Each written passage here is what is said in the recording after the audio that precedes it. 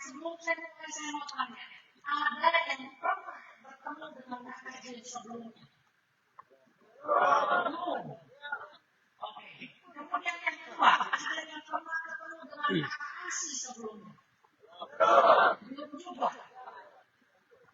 Saya tanya lagi, berapa banyak calon gubernur dan calon wakil gubernur yang ke tempat ini? Belum pernah juga. Oh, kalau itu kakak Ansi dan kakak Jen yang pertama. Setuju ya? Kakak yang pertama. Bapak mama semua sebenarnya hari ini suara agak seksi, agak silang. Ya, karena namanya banyak, suara hilang, tapi saya tetap ngotot mau kesini. Tapi jangan saya nyasar. Jadi mohon maaf, saya agak kesana karena agak sedikit nyasar. Ya. Sebenarnya banyak orang bilang kakak Ansi dan kakak Jen itu seperti orang baru di TPS. Padahal kami ini bukan orang baru. Apalagi saya. Saya sudah 10 tahun pelayanan di DPD. 10 tahun pelayanan. Hanya saja saya banyaknya bukan di TPS. Tapi saya banyaknya di Pulau Sumba. Kemarin sudah balik dari Sumba. Nanti saya tadi lebih lagi, tapi saya mau ajarkan dia lihat. Semuanya tolong berdiri, kecuali yang gendong anak. Semuanya tolong berdiri, kecuali yang gendong anak.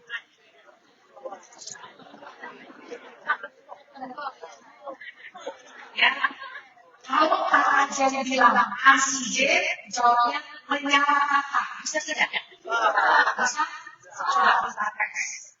Ansi J, menyalahkan. Tidak kompak. Tes yang kompak. Coba tes lagi. Ansi J,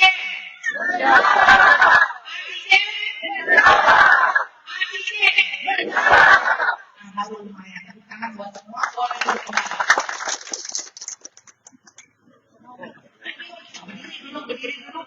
Ini olahraga sedikit biar beda suasana.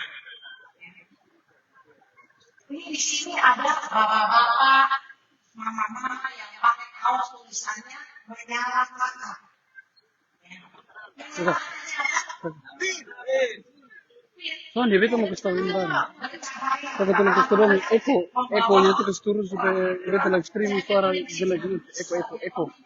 Harus bawa masyarakat depan bawa bapak.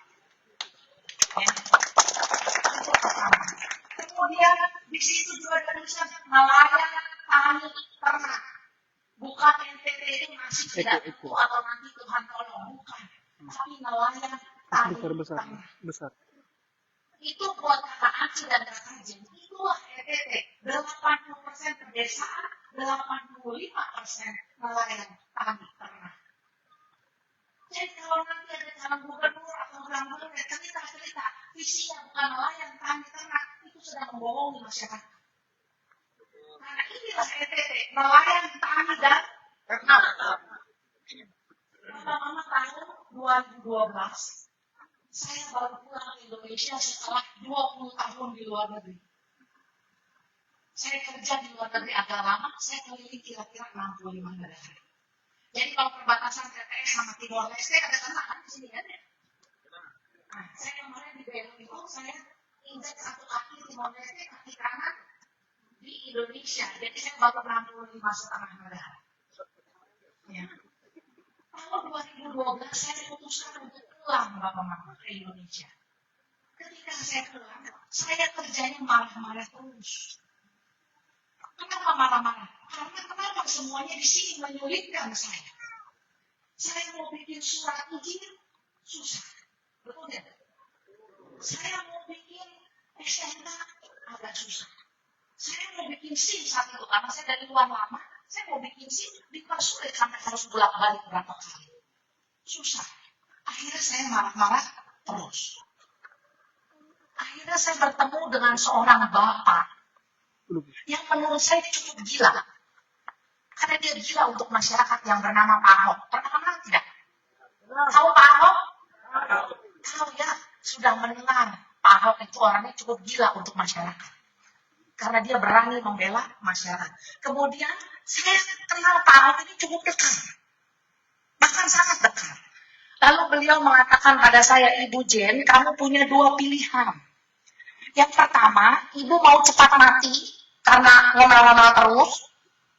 Atau yang kedua, Ibu mau melakukan sesuatu untuk bangsa ini karena Ibu udah pulang. Akhirnya saya putuskan, ya Tuhan sudah memanggil kita untuk pulang, maka kita harus mengabdi untuk negara ini. Akhirnya Bapak Mama, tahun 2013 saya memutuskan untuk ikut pelayanan gereja, saya pergi ke Papua. Jauh bedanya antara Amerika dan Papua. Jauh. Tapi saya tetap pergi. 2014 saya masuk ke Papua Barat yang sekarang ibu kotanya namanya Sorong. Nah, 2015 saya masuk ke NTT. Lalu saya mendarat di pulau yang namanya Pulau Sumba. Tahun 2015 Ibu Jen ngapain di NTT? Pertama Ibu Jen, di sini ada yang ibu guru, angkat tangan. Ibu guru? Nggak ada ibu guru, atau gurunya malu-malu. Saya juga mantan ibu guru, jadi saya memberikan pelatihan untuk guru-guru honorer. Bapak Mama tahun 2015, guru-guru honorer digajinya 200.000 satu bulan. Betul tidak? 200.000 satu bulan. Kita kadang-kadang kesal juga. Mau ngajarin anak orang, anak sendiri belum tentu bisa makan. Betul? Akhirnya kita berikan bantuan operasional pada saat itu. Dan kemudian kita juga pelatihan guru. Supaya guru-guru tahu caranya mengajar dengan baik. Karena guru itu kasihan. Murid-murid ada orang tuanya. Guru-guru itu nggak ada yang melatih. Prinsip kita, kalau gurunya pintar, maka muridnya pintar. Kalau gurunya tidak pintar, maka muridnya enggak, kabur. Dia bolos sekolah. Betul tidak? Akhirnya kita berikan pelatihan ke guru-guru dan akhirnya 5.000 guru yang kita latih. Kemudian saya berlanjut lagi ke program ini, saya lihat nih anak-anak banyak yang putus sekolah. Akibat nggak ada biaya. Anak kuliah kemampuannya nggak ada. Akhirnya apa? Saya berikan program beasiswa pribadi saya. Jadi program saya itu bukan 1 semester atau 1 tahun, tapi 4 tahun. Dari awal sampai lulus, kalau dia betul-betul anak yang kurang mampu, banyakkan dari keluarga petani, atau dari keluarga nelayan, atau dari keluarga yang ternak, atau bahkan yang tidak ada bapaknya. Dan tidak ada yang namanya istilah orang dalam. Tidak ada. Puji Tuhan sampai sekarang, anak beasiswa saya sudah mencapai 77 anak. 77. Yang saya biayakan dari dana pribadi. 1 sudah di Jerman, kemarin kasih tahu saya, Mama saya dapat hadiah. Ikut lomba informatika. Hadiahnya 180 juta. Saya bilang, saya tidak minta sepeser pun dari apa yang kamu dapatkan. Kamu tolong keluarga kamu. Ada 1 yang sudah kerja di bank. Sekarang sudah sukses. Dia yang tolong keluarganya. Jadi banyak anak-anak beasiswa saya lulus punya pekerjaan yang baik. Mereka yang sekarang tolong keluarganya keluar dari kemiskinan. 1 demi 1 yang kita tolong. Ya. Maka visi Kakak Jen dan Kakak Aci yang pertama adalah memudahkan pelayanan kepada masyarakat. Jangan bikin ribet. Itu visi nomor 1. Sederhana, tapi itu penting. Betul tidak? Jangan bikin ribet. Yang kedua, NTT yang cerdas, sehat, dan berkarakter. Mau nggak saya anak-anak NTT cerdas? Mau. Karena apa? Karena saya pelaku, bukan penonton. Saya donatur tetap pemberi beasiswa setiap tahun. Mau tidak saya anak-anak NTT cerdas? Mau. Saya sangat mau. Bapak Mama. Tahu nggak berapa banyak anak-anak NTT yang harus keluar kerja kasar karena tidak sekolah dengan baik, kerja kasar, kerja ilegal, mereka pergi ke perkebunan sawit di Kalimantan, ke Malaysia, akhirnya pulang dalam bentuk mayat jenazah. Akhirnya apa? Ibu Jane dengan program pelayanan gratis saya itu ambil jenazah di El Pari dalam peti bungkus plastik, bawa ke rumah keluarganya, kasih uang duka sambil ikut nangis. Saya so suka itu program. Saya benci sekali program ambulans gratis itu. Program ambulans gratis saya itu sebenarnya untuk orang sakit atau ibu hamil. Tapi ternyata apa? Saya lebih banyak membawa jenazah dari bandara pulang ke rumah akibat kerja di luar. Yang saya mau itu anak-anak kita, anak-anak NTT ini pergi hidup pulang, hidup. Bukan pergi hidup pulang dalam bentuk mayat, lalu minta Ibu Jane untuk kembalikan ke keluarganya. Setuju tidak? Kita mau anak-anak NTT cerdas, kerja keluar sebagai profesional. Saya cerita lagi. Saya punya anak-anak karate jumlahnya 24 orang. Anak-anak ini adalah anak-anak yang rata-rata tidak punya bapak. Tidak punya bapak. Mereka kerjanya itu sehari-hari mabuk dan berkelahi. Berantem. Itu kerjanya. Mabuk, kelahi, mabuk, kelahi. Akhirnya apa? Saya ambil, saya latih mereka karate. Puji Tuhan, 3 tahun lalu, 8 anak saya kirim ke Surabaya. Mereka pulang dengan 8 medali. Medali. 1 anak TTS. Kemudian juga 2 tahun lalu, nggak sampai 2 tahun lalu, 1,5 lah mungkin. Saya kirim ke Bali untuk bertanding. Mereka pulang bawa 3 medali emas. Dan mereka tunjukkan medalinya kepada saya. Jadi masa depan mereka itu berubah. Bukan anak tanpa harapan, bukan anak yang suka kelahi, bukan anak yang omong kosong, tapi ini adalah calon atlet nasional yang calon otomatis PNS. Itu namanya masa depan. Jadi Bapak Mama, buat Kakak Ansi dan Kakak Jen, kuncinya tuh sederhana. Ya, kalau kita mau jadi kepala daerah, kita sudah berbuat dulu di masyarakat, baru jadi calon. Bukan jadi calon, omong kosong, eksekusinya kapan-kapan. Betul tidak? Kita sudah berbuat dulu di masyarakat, baru kita berani di sini memohon doa dan dukungan dari Bapak Mama semua. Karena kita mau jadi calon kepala daerah. Saya baru dari Sumba 10 hari Bapak Mama. Ngapain saya 10 hari? Pertama, ada bantuan pertanian yang saya berikan untuk kelompok-kelompok tani. Ada sumur bor yang saya resmikan. Ada sumur galian yang saya resmikan 16 meter dan saya ngambil air pertama sebagai penghormatan. Ya. Kemudian Kakak Ansi juga sekarang masuk ke Sumba Timur. Beliau ngapain? Beliau sudah memberikan sekitar 300 miliar untuk NTT. Dalam bentuk apa? Alat-alat pertanian, mau traktor besar, traktor kecil, pukat, karena dia kan di Komisi 4. Pertanian, peternakan, perkebunan, perikanan, kehutanan. Jadi contohnya, Kakak Ansi baru kirim yang namanya traktor besar ke Wepoli Ampuang Tengah. Coba bayangin, memangnya Kementerian Pertanian tahu itu Wepoli di mana? Tidak tahu. Harus ada seorang Ansi Lema yang mengalirkan bantuan itu sampai ke Ampuang Tengah. Itu dari Kupang sampai sana setengah hari. Nah, demikian juga Kak Ajeng. Kemarin saya membawa satu perusahaan untuk buka pabrik gula di NTT. Saya targetkan di Sumba Timur saat itu, karena pelayanan saya di sana. Akhirnya itu, setelah dinegosiasi 5 kali di Jakarta, lalu dibilang orang gila, saya dibilang gila. Karena mau bawa pabrik ke Sumba. Emang Sumba istimewa? Tidak. Betul tidak? Kenapa Sumba lebih istimewa daripada kota Kupang? Tapi saya tetap bawa itu pabrik. Akhirnya pabriknya buka.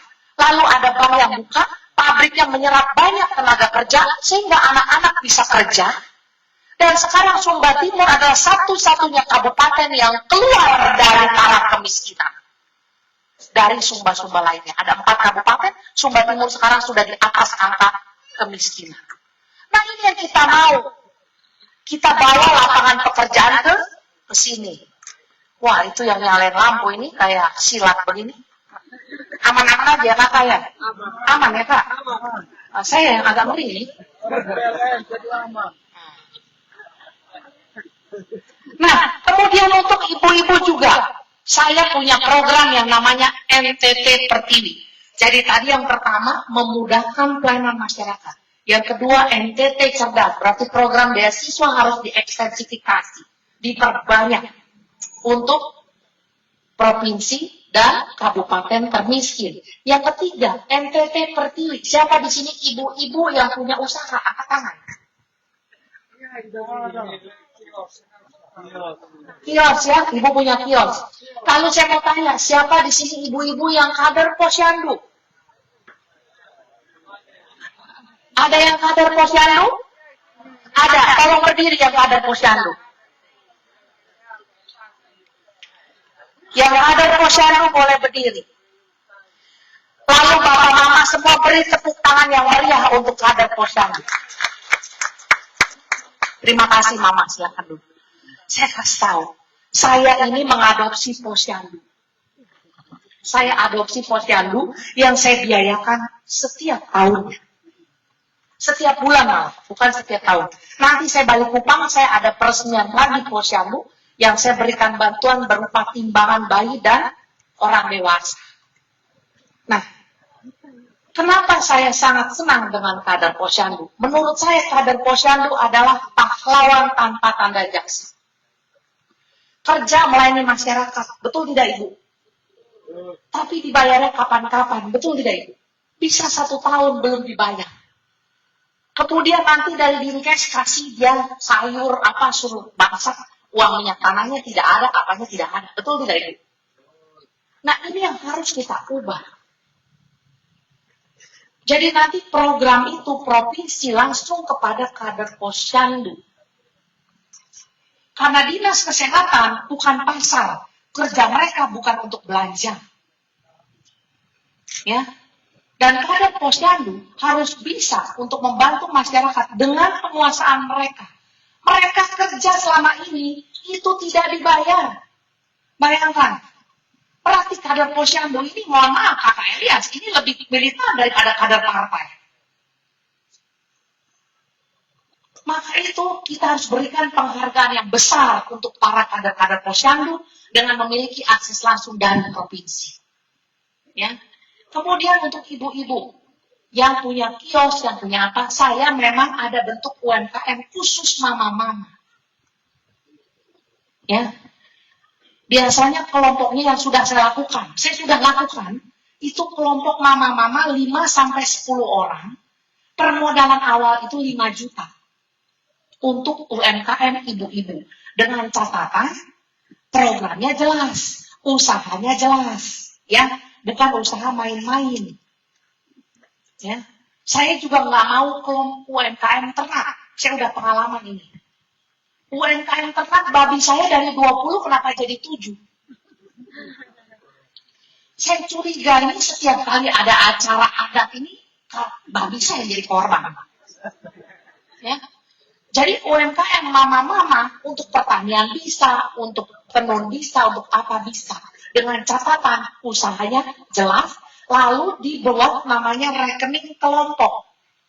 Ya, bukan rekening ketua kelompoknya. Kalau rekening ketua kelompok saya takutnya begini mama-mama. Misalnya ketuanya punya rekening, anggotanya nggak punya.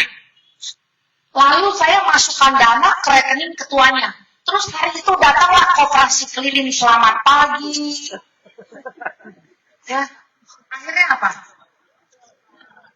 Terpaksa dibayarin dulu. Kalau beras di rumah habis, terpaksa dia beli dulu. Akhirnya tidak jadi usaha, tapi jadi konsumsi pribadi. Makanya saya bilang rekening kelompok, bukan rekening ketuanya. Ya, supaya apa? Supaya bisa saling terbuka, ada uang masuk digunakan bersama untuk usaha ya mama-mama ya. Nah, ini program saya supaya perempuan itu punya yang namanya penghasilan. Nah, lalu bapak-bapak bagaimana? Nah, ini bapak-bapak saya mohon maaf yang sebesar-besarnya. Sebesar-besarnya. Saya agak takut bikin UMKM bapak-bapak. Karena di mana bapak-bapak berkumpul 5-10 orang, kalau dikasih modal 5 juta, jadinya Surya 12, Siri Pinang, terus bahaya. Jadi mohon maaf bapak-bapak, tugas saya adalah UMKM mama-mama dulu, ya. Nanti bapak-bapak jangan marah-marah sama mama-mama ya. Nah, kemudian saya nggak akan bicara panjang dan lebar kali tinggi, karena saya yakin semua visi baik, tapi satu hal, KKJ dan Kakak Ansi itu sudah lakukan dulu, baru kita ngomong. Kelompok UMKM saya ada, ambulan saya ada, jembatan yang saya bangun ada, jalanan yang dinamakan nama saya, karena saya Lapen itu ada juga, gereja yang saya bangun ada. Dan kemudian juga anak-anak beasiswa saya banyak. Kalau mau diwawancara satu-satu juga bisa, mereka masih hidup semuanya. Jadi buat Kakak Ansi dan Kakak J, kita bukan ngomong kosong, kita udah kerja dulu, baru sekarang kita minta dukungan dari Bapak dan Mama semua. Nah sekarang masalahnya Bapak Mama mau nggak mendukung kami? Yakin? Kakak Ansi, Kakak J nomor berapa? Nah, kalau kemarin waktu pemilu buka kertasnya lebarnya kayak terpala, betul tidak? Betul. Lebar sekali. Terus namanya banyak, betul nggak? Betul. Kalau sekarang ada cuma 3 nama paslon 1, 2, dan 3. Yang perempuan cuma 1 di nomor urut 1. Jadi nggak usah pusing. Kalau lupa yang mana, udah coblos nomor 1 yang ada perempuannya. Bapak-bapak coblos yang perempuan. Mama juga coblos yang perempuan. Ya. Jadi pemilih saya itu pemilih perempuan dan laki-laki yang suka perempuan.